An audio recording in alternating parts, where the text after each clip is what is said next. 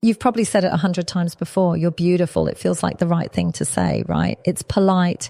It's affirming. It shows appreciation. But here's the truth. It's also empty, not because beauty doesn't matter, but because those 3 words have lost their impact. They've become background noise in a woman's daily life. Compliments like that are safe, predictable, and most importantly, they don't move her. What you need to understand is that desire isn't born in the obvious. It's born in the unspoken, the unexpected, the psychologically loaded spaces between words, the ones that reach under her skin and make her feel seen in a way she doesn't even fully understand. When a man tells a woman, "You're beautiful," what he is often doing unconsciously is placing her on a pedestal, hoping to be rewarded for noticing what every other man has already seen. She knows she's beautiful. She's been told since she was 12. She doesn't need another man reminding her. She needs a man who sees what others don't. Desire begins when a woman senses that you are present enough to witness something real in her, not her appearance, but her essence, her contradictions, her unpredictability, her energy. That's where arousal lives for women, not in how much praise they get, but in how deeply they feel seen. So what do you say instead? Say what touches the part of her that isn't on display, the parts she doesn't advertise. Tell her the way you speak about things you love. It makes everything else fade out for a second. Or, I noticed how you pause before you laugh. Like you're always holding something back. It's hypnotic. Now you're not talking to her face, her makeup, her body. You're talking to her soul. And most men don't even know how to look there, let alone speak to it. What this does is powerful. It disorients her, not in a manipulative way, but in a way that interrupts the normal patterns she's used to. You've just stepped out of the category of every guy who wants her and entered the rare space of the man who actually sees her. And in that moment, she's not just flattered. She's pulled in because the part of her that longs to be unraveled, to be discovered, to be known has just been awakened. Let's go even deeper. Complimenting a woman's beauty is rooted in the assumption that your value comes from recognizing hers, that you're trying to gain something, approval, attraction, sex, by offering attention.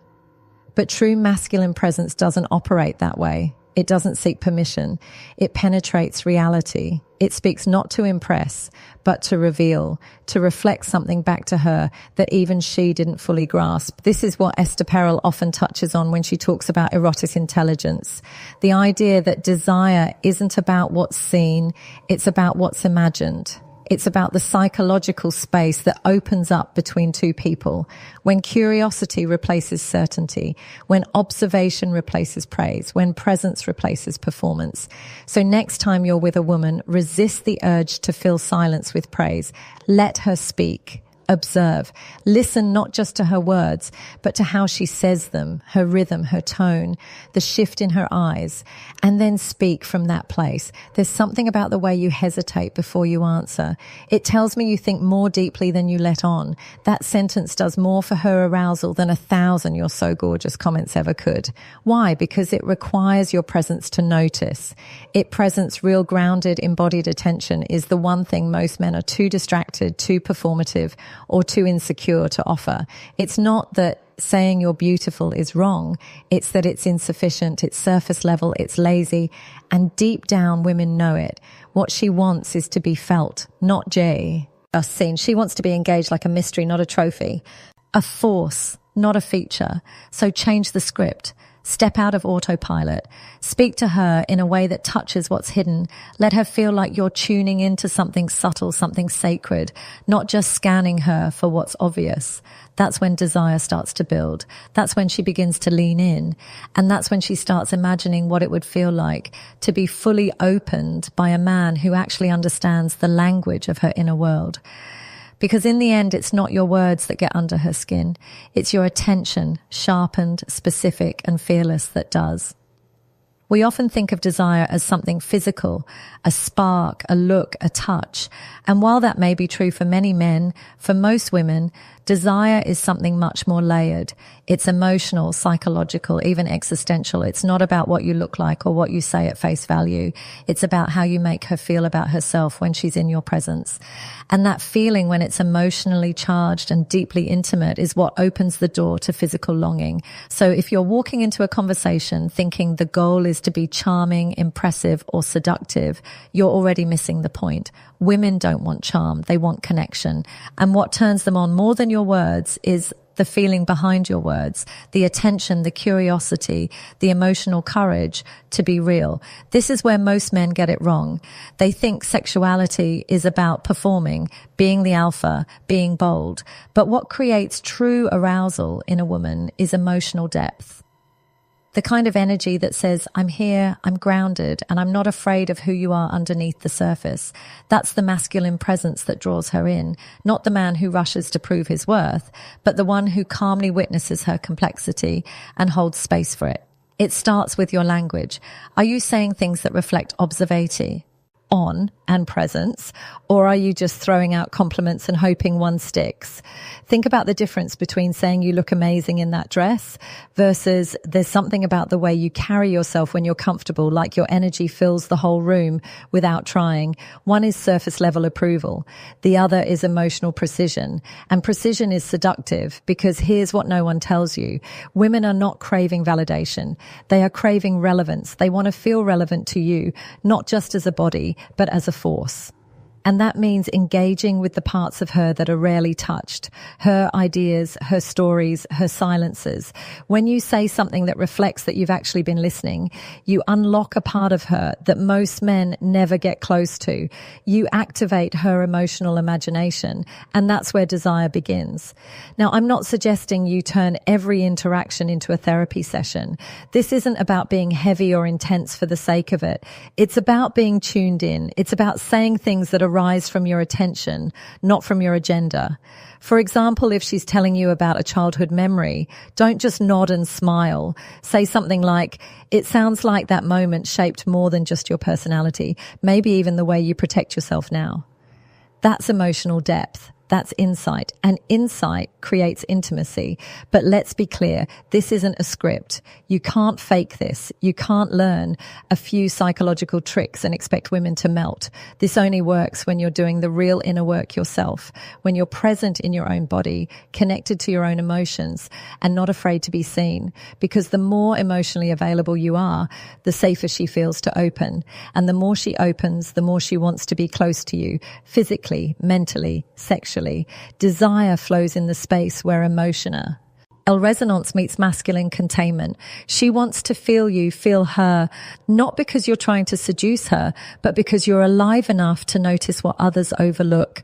You reflect her humanity, and in doing so, you become desirable not as a body, but as an experience. You become unforgettable. This is what Esther Perel means when she says eroticism thrives in the space where there is curiosity, where there is exploration. Most men kill curiosity by reducing interactions to goal-oriented steps. But a woman doesn't want to be figured out. She wants to be discovered moment by moment. That's what arouses her, not being captured, but being caught off guard by a man who sees what's behind her eyes before he ever reaches for her body. And if you're thinking this sounds like work, it is. But it's the kind of work that separates men she forgets from the one she'll never stop thinking about, the one who made her feel something no one else could. So here's what I want you to remember. If you want to awaken desire, speak to what's underneath. Not the beauty she shows, but the emotion she hides. The thoughts she's unsure are safe to say. When you touch that with your words, with your eyes, with your energy, you become more than attractive. You become desired. And in that space, everything changes. One of the most misunderstood ideas in male-female dynamics is the belief that women are looking for praise, that if you simply say enough flattering things, she'll be drawn to you. But here's the uncomfortable truth. Praise without presence is just noise. She doesn't need more admiration. She needs to feel your energy, your stability, your depth. And that doesn't come from telling her she's beautiful. It comes from showing up with a kind of quiet, grounded power that very few men know how to embody. When you say you're beautiful, what are you really doing? In most cases, you're seeking approval.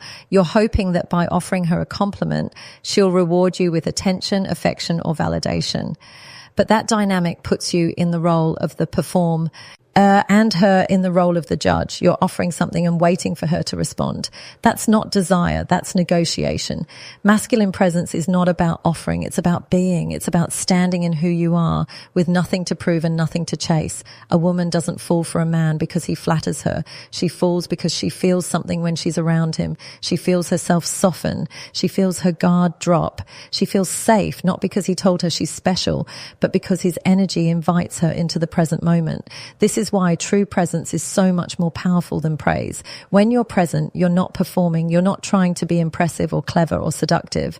You're simply there, alert, receptive, anchored. You're not distracted by how she's reacting to you.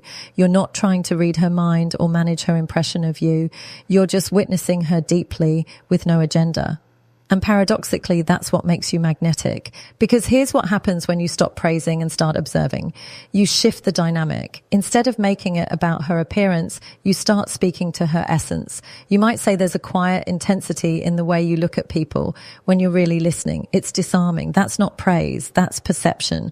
And perception, when it's authentic and precise, is intoxicating. She doesn't just feel seen, she feels known. And in that moment, attraction is no longer about your looks or your words. It's about the experience of being around you. Now, this kind of presence isn't something you fake. It's not a tactic. It's a way of being that comes from doing your own internal work. It comes from being in touch with your emotions without being ruled by them. It comes from knowing your own worth so deeply that you don't need to advertise it. And when you show up like that, calm, clear, deeply rooted, she feels it in her body. She relaxes, she trusts, and her imagination begins to open. What many men don't realize is that women are constantly scanning for emotional safety. Not safety in the obvious sense, but safety in the deeper sense. Can she express herself without being judged? Can she be raw or silly or intense and not have you flinch? Can she surrender to her own desire without feeling like she's being used? These questions are being answered by your energy long before she says a word. And that's why words alone are never enough. You can say all the right things, but if your energy says, I need something from you, she'll feel it and she'll back away. But if your presence says, I'm here and I don't need to take anything, I just want to witness what's real, she will be drawn to you with a force she can't explain. This is the essence of masculine containment, the ability to hold space without trying to control it. You don't rush to feel silence. You don't try to steer the moment. You let things unfold.